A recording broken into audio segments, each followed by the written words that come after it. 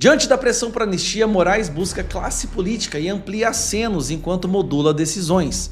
A articulação envolve jantares com políticos, visita ao Congresso e até decisões recentes sobre punições impostas aos envolvidos nos ataques do 8 de janeiro. Crime de responsabilidade de ministros do STF. Atividade político-partidária. Sim, ministros do STF que se rebaixam, que destroem o cargo e a instituição, interferindo na política do país, nos legisladores, determinando o que se pode e o que não pode pautar, essas pessoas são passíveis de impeachment.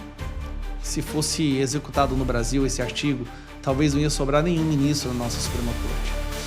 Alguns dias atrás saiu na imprensa o fato de que os ministros do STF teriam encontrado com o Lula o pedido para que o Lula pressionasse os partidos da base para que os deputados retirassem as assinaturas da anistia, do requerimento de urgência da anistia.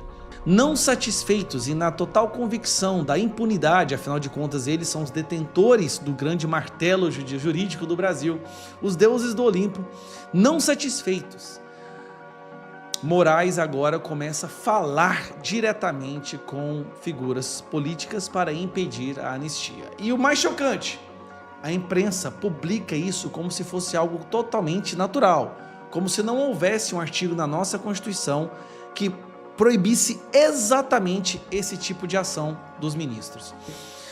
Pergunta: para que serve o Congresso, para que serve deputados? O dinheiro que se gasta, gente, com deputados, assessores, cota parlamentar, emenda, para que um ministro, que não recebeu voto nenhum, comece a entrar em contato com deputados e, de certa forma, faça aquela coação velada, intimidação, para que esses não assinem a anistia e não levem adiante a anistia.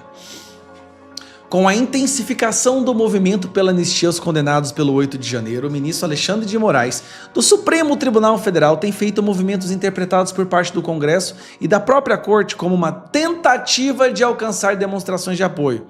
A articulação envolveu jantares com políticos, visita ao parlamento e até decisões recentes que indicariam uma reinflexão nas punições impostas aos envolvidos por ataque. Embora o magistrado tenha um histórico de bom trânsito político desde que assumiu a cadeira do STF, a percepção entre parlamentares e colegas da corte, ouvidos em caráter reservado, é que ele intensificou esses contatos no momento em que a pressão de bolsonaristas se acentua. É impressionante, é só bolsonarista aqui lutando pela anistia, não é pessoas normais e sensatas, não.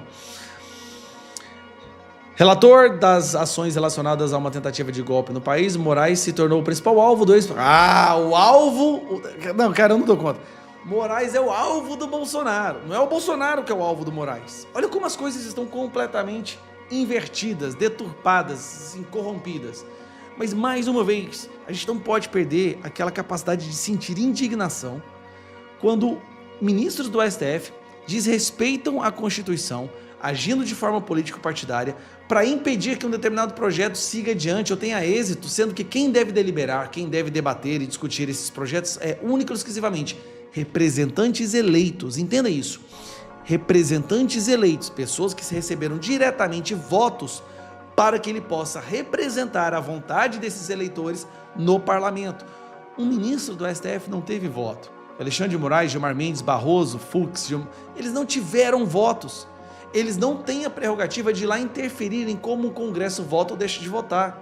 Em 2010, Gilmar Mendes disse abertamente para todos os cantos: a prerrogativa da anistia é privativa do Congresso. Inclusive, o Congresso pode anistiar até mesmo os próprios membros. É algo político, é algo que sustenta e fortalece a democracia, porque são representantes eleitos deliberando sobre uma anistia.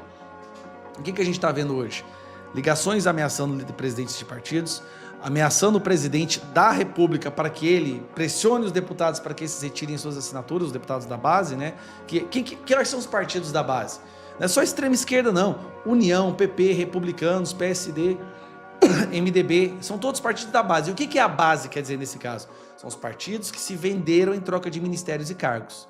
Então eles se vendem, aí coloca para votar tudo que o governo tenta, desde que eles fiquem com seus ministérios e os seus cargos para eles poderem roubar dinheiro, formar musculatura eleitoral para as eleições serem reeleitos. É isso, reduzindo assim ao mínimo do mínimo possível. Mas mais uma vez, eu fico indignado. Querendo ou não, eu sou um brasileiro, fico vendo isso, e me encho de indignação quando vejo mais uma vez que nem mesmo as pessoas que a gente elege podem mais nos representar porque há uma interferência de quem não foi eleito e, na verdade, foram escolhidos pelos piores corruptos da história do nosso país para ocupar o cargo que eles estão agora.